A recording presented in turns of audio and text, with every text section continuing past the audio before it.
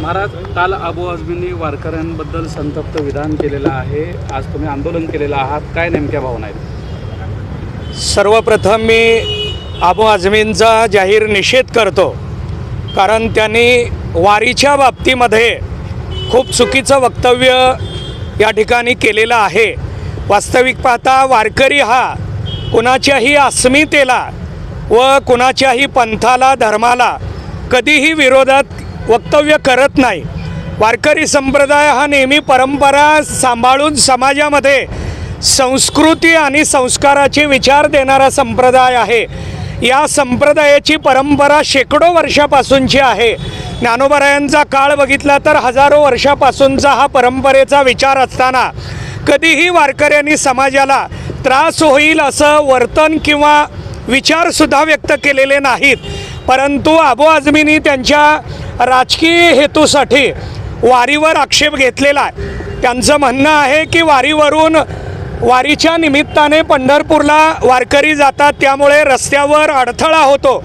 वास्तविक पाहता वारी ही पंढरपूरला जात असताना रस्त्यावरून जातो ते आम्ही आमचं ध्येय पूर्ण करण्यासाठी नाही, तर मार्गामध्ये असलेल्या प्रत्येक गावाला स्वच्छतेचा, पर्यावरणाचा, शिवाय आरोग्याचा, संस्काराचा संदेश देत आम्ही निघत असल्यामुळं याला केवळ एक धार्मिकतेचं रूप न देता वास्तविक पाहता हा पारंपरिक आणि देशाच्या हिताचा संस्कृतीचा वारसा या वारीच्या निमित्ताने पुढं जातोय.